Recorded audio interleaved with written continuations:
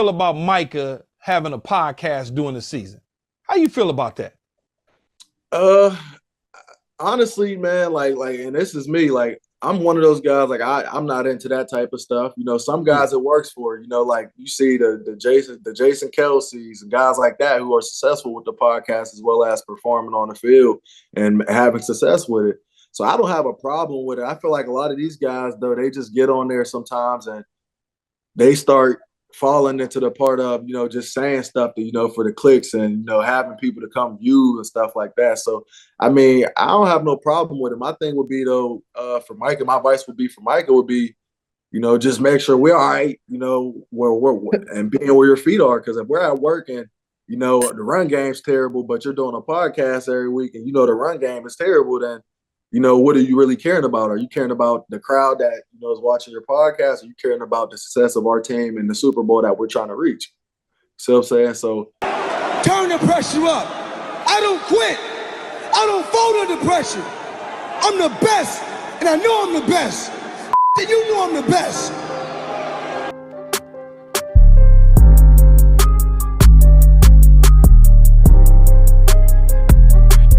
What's going on, world? It's your boy DMV back with another one at the park. And I had the opportunity to really listen to the whole podcast. Before you do anything else, make sure you like, comment, subscribe.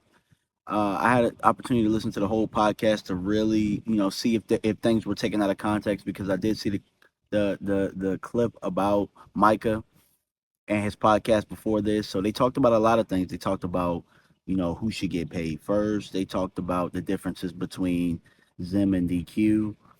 And I think Keyshawn baited Malik Hooker into a lot of questions. And I don't think Malik Hooker said anything particularly bad, but knowing that he's a Cowboy, and I'm not making excuses for him, because, I mean, quite frankly, some of it was out of pocket, in my opinion. I think some of it should have been not commented on. As far as Micah goes, I don't disagree with what Malik said, but I would have hoped that that would have been something that they talked about beforehand, and it looks like it wasn't. You know what I'm saying? And it's not like Malik Hooker said anything really, I guess it wasn't really dissing Micah, but it also, in a way, what he was saying is that, like, what I'm saying, you got to kind of let your young players grow. Micah ain't really been through it yet, so you know this is his way of learning. It's kind of what he was saying, but the way that it stated, it sounded like, you know last year we struggled you on the podcast, so we don't know if you're doing this for views or if you're doing this because you want to educate people on the game and stuff like that. But what he was really saying is sometimes as a young player, you got to kind of go through things to learn who the player you're going to become later on down the line. That's pretty much what he was saying, and that's going to get misconstrued because it sounded like you're not a big fan of him doing the podcast. And Micah, his tweet and sounded back, I mean, he probably heard the clip, didn't hear the whole thing. So that's probably where that goes, and they'll probably have that conversation. But that this was something that could have stayed where it was. It could have stayed, like he said, could have called him or whatnot. But he was asked the question. He answered it the best way that he could, and I'm pretty sure Malik Hooker probably doesn't regret saying it, but he probably regrets how he said it. And then Malik Hooker talked about who should get paid first between the field was Dak, CD, Zach Martin, and Micah Parsons, and then you put him last again. So in a way, I could see where Micah could watch this and feel attacked.